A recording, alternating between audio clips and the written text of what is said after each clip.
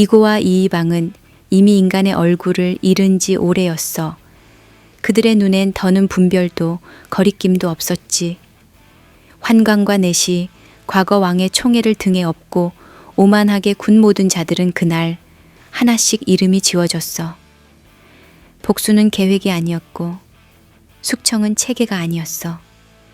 그것은 이미 쾌락이 되었고 피의 맛은 그들을 더 깊은 어둠으로 끌고 갔지. 궁궐 구석구석에서 비명소리가 들렸고 벽과 기둥, 처마 및 그늘마다 피가 번졌어. 땅은 이미 그 피를 더는 삼키지 못한 채 겉으로 넘기고 있었고 바람조차 이 죽음의 악취를 도성 전체로 퍼뜨렸지. 백성들은 문을 닫은 채 안에서 떨며 기도했지만 기도는 누구에게도 닿지 않았어. 평강과 온달은 그런 도성의 광기 속을 달렸어. 피범벅이 된 복도를 미끄러지듯 지나며 그들은 피의 축제를 유의처럼 즐겼지. 푸른 머리칼을 휘날리는 평강은 떨어진 목덜미 위를 아무렇지도 않게 밟고 지나갔고 그 뒤를 붉은 머리칼의 온달이 광기 어린 웃음을 흘리며 따라 붙었어. 왕건이 십자슥 평강의 목소리는 격앙됐고 분노는 그 말 속에서 불덩이처럼 튀었어. 그녀가 외침과 함께 휘두른 칼은 이미 피에 절어 있었고 바닥의 시체 위로 끈적한 피가 발바닥에 들러붙었지. 그것마저도 그녀에겐 방해가 아니었어. 살육이 끝난 뒤 평강은 곧장 죽은 문신들의 집을 찾아갔어. 그리고 머뭇거림 없이 하나하나 집을 허물기 시작했지. 나무가 부서지고 창틀이 깨질 때마다 안에서 금부치와 값비싼 장신구가 흘러나왔고 평강의 눈은 환하게 빛났어. 그녀는 금을 손에 쥐고선 웃었어. 오래된 피냄새와 뒤섞인 보석의 반짝임은 묘하게도 그녀의 광기를 더욱 환하게 밝혔지. 자루 하나가 금과 보석으로 부풀어 오를 때마다 그녀의 어깨엔 희열이 더해졌고 그 웃음은 어두운 방 안을 더 음산하게 채웠어. 온달이 한 걸음 느리게 그녀 곁으로 다가왔어. 야, 너무 챙기는 거 아냐?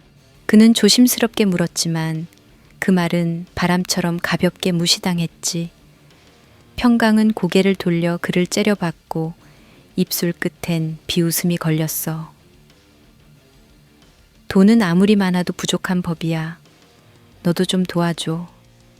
그녀는 망설이지 않았고 손은 이미 다른 서랍을 열고 있었어. 온달은 결국 한숨을 내쉬며 자루를 하나 들어 올렸어. 어깨를 으쓱이며 따라붙었고 두 사람은 함께 재물의 무덤을 뒤졌어. 밤의 정적 속에서 들려오는 건 금속끼리 부딪히는 소리뿐이었고 그 소리는 오히려 더 불길했지. 이런 게 다 왕씨, 놈들이 백성들 피 빨아서 모은 거야. 우리가 제대로 돌려받는 거지 뭐. 평강의 말엔 경멸과 조롱이 얽혀 있었고 그 말을 뱉는 입술엔 쾌감이 가득했어. 그녀의 손은 멈추지 않았고 반짝이는 물건이 보이는 족족 품 안으로 들어왔지. 그 모습은 약탈이 아니라 어떤 의식 같았어. 오래 준비된 복수의 축제가 마침내 열렸다는 듯이. 그날 밤 개경은 다시 정적에 잠겼지만 그 정적은 피로 얼룩진 고요였어. 거리엔 불빛이 사라졌고 궁궐은 피로 젖은 채 숨을 죽였지. 그러나 그 어둠 속에서도 빛났던 건 평강과 온달의 손에 들린 보물들이었어. 그 반짝임은 단순한 재물이 아니었어. 그건 증오의 잔해였고 복수의 자양분이었지. 왕건이의 이름 아래 모인 모든 원한이 금빛 광채로 환원된 순간이었어. 그리고 그 빛 속에서 두 사람의 눈동자는 다시 어둠을 향해 돌았지. 끝나지 않은 복수는 아직 남아 있었고 밤은 여전히 길었어. 정중부는 주저하지 않았어. 쿠데타가 끝나자마자 그는 명종을 새로운 왕으로 추대했고 거침없는 손놀림으로 고려의 권력을 새로 짜 맞췄지. 궁궐의 마당에선 아직 피냄새가 가시지 않았지만 벌써 새로운 관직을 노린 자들이 눈빛을 번뜩이며 모여들었어. 폭풍이 지나가자마자 시작된 건 살얼음판 같은 탐욕의 향연이었지. 공신 명부가 발표된 아침, 모두가 긴장했어. 피를 뿌린 자, 머리를 굴린 자, 입을 다문 자, 모두가 각자의 공을 셈하며 그 안에서 자신의 이름을 찾았지. 하지만 명부를 받아든 평강의 손은 오래 버티지 못했어. 종이 한 장이 바람에 흔들리며 바닥으로 떨어졌고 그녀의 심장은 그보다 더 빠르게 무너졌지. 시발, 우린 왜 뺀 거야? 목소리는 말이 아니었어. 분노였고 멸시였고 자신이 지닌 모든 것을 짓밟히는 느낌이었어. 얼굴엔 핏기가 사라졌다가 다시 붉게 치솟았고 눈빛은 맹수처럼 날카로워졌지. 온달이 조심스레 그녀의 팔을 붙잡았어. 우린 장군 밑에 들어간 지 얼마 안 됐잖아. 관직까지 받기는 좀 이르지 않을까? 그 말은 현실이었지만 지금 평강에게 현실은 발에 밟힌 자존심보다 중요하지 않았어. 그녀의 주먹은 자신도 모르게 꽉 쥐어졌고 손끝에 날카로운 손톱이 살을 찢었지. 그게 말이 돼? 우리가 한 게 얼만데. 씨발, 피는 우리가 다 뒤집어 쓰고 목숨 걸고 죽여댔는데 저 새끼들이 한 게 뭔데. 그녀의 고함은 천막 안을 가득 메웠고 그 소리는 마치 자기를 파먹는 울분 같았어. 그 순간 온달은 다급하게 그녀의 입을 틀어막았지. 그의 손에는 아직도 이전 밤의 피가 말라붙어 있었고 얼굴은 창백했어. 조심해. 잘못 떠들다 너나 나나 목 날아가. 그 말엔 경고 이상의 무게가 있었고 평강도 결국 입을 다물었지. 어깨는 여전히 떨렸고 눈빛은 차가워졌어. 분노는 안으로 굳어가며 서서히 결심으로 식어갔지. 그날 저녁 두 사람은 사람의 발길이 닿지 않는 외진 숲으로 향했어.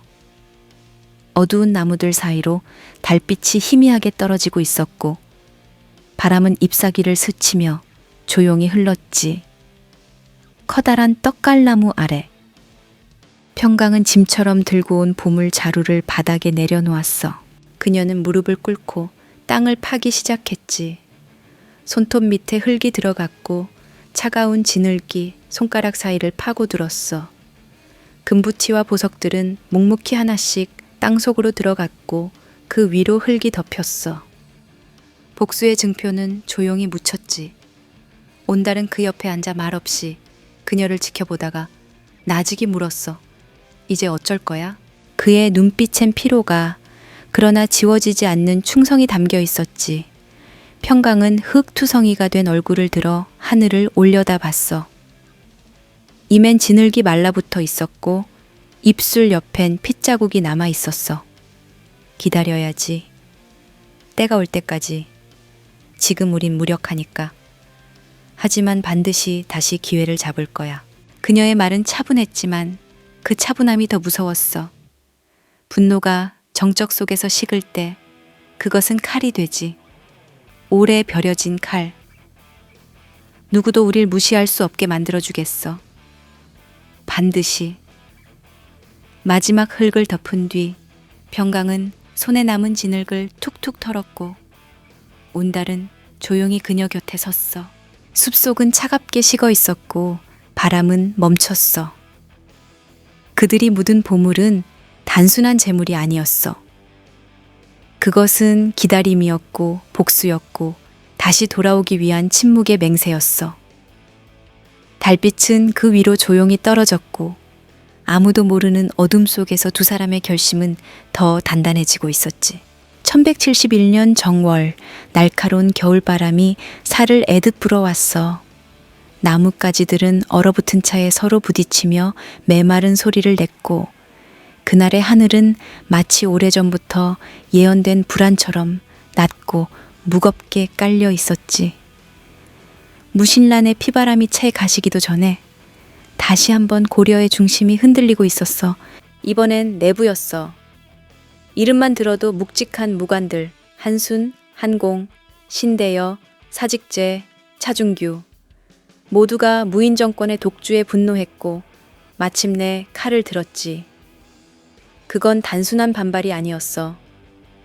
조용히 쌓여오던 균열이 터진 것이었고 피를 부른 예고 없는 계절이었지. 정중부에게 이 소식이 전해졌을 때 그는 잠시 아무 말이 없었어. 그러나 숨소리가 무겁고 날카롭게 흘러나왔지. 잠시 후 그는 단 한 번의 망설임도 없이 이름을 불렀어. 평강, 온달. 그 두 글자에 담긴 의미는 명백했지. 충성심의 시험, 명분 없는 살육의 명령, 아니면 의심의 제거였을지도 몰랐어. 평강의 심장이 순간 멈칫했어. 찰나의 동요. 그러나 그녀는 곧 표정을 굳히고 고개를 숙였지. 토벌대를 이끌어라. 정중부의 말은 짧았지만 그 안엔 피와 명예, 혹은 제거의 그림자가 동시에 담겨 있었어. 네, 장군, 충성을 바치겠나이다. 충성을. 평강은 담담히 대답했지만 정중부의 눈빛은 차갑고 오래 머물렀어. 마치 그 대답 뒤에 숨겨진 감정을 꿰뚫으려는 듯이. 그 침묵이 길어지기 전에 그는 조용히 손을 저었고 평강과 온달은 곧바로 발걸음을 돌렸지. 성문으로 향하며 병사들은 무기를 챙기고 말에 올랐어. 쇠붙이들이 부딪히며 짧은 비명을 질렀고 긴장감은 말없이 옷깃 사이를 파고들었지. 그 틈에 온달이 작게 속삭였어. 봐. 괜히 잘못 떠들어댔다가 뒤질 뻔했지? 그의 목소리는 농담처럼 들렸지만 웃음기 없는 눈은 두려움을 말하고 있었어. 조용히 해. 평강은 냉랭하게 대답했지. 말보다 먼저 날선 눈빛이 흘렀고 그 속엔 미묘한 의심이 피어오르고 있었어. 혹시 그날의 분노가 새어나간 걸까? 혹시 이 토벌이 단순한 진압이 아니라 자신들에 대한 경고라면 불씨는 서서히 그러나 분명하게 자리 잡고 있었지. 하지만 그 생각이 오래갈 틈은 없었어. 성문 앞에서 평강은 다시 차가운 얼굴로 돌아왔어. 말의 고삐를 단단히 쥐고 입술을 굳게 다물었지. 눈보라가 희미하게 흩날리는 가운데 그녀는 낮게 그러나 또렷하게 중얼거렸어. 가자. 이왕 피를 볼 거라면 확실히 보고 오는 거야. 온달은 묻지 않았어. 그도 알고 있었지. 이 피는 단지 반역을 진압하는 게 아니라 자신들을 증명하고 다시 살아남기 위한 싸움이라는 걸. 그날 겨울의 대지는 말발굽 소리로 진동했고 눈발은 병사들의 어깨 위로 조용히 쌓여갔어. 복수와 두려움, 의심과 충성이 엉킨 그 행렬에 선두엔 평강과 온달이 있었어. 그리고 그들의 눈빛은 다시 한번 피로써 자신을 증명하려는 사람들의 냉혹한 결의로 얼어 있었지.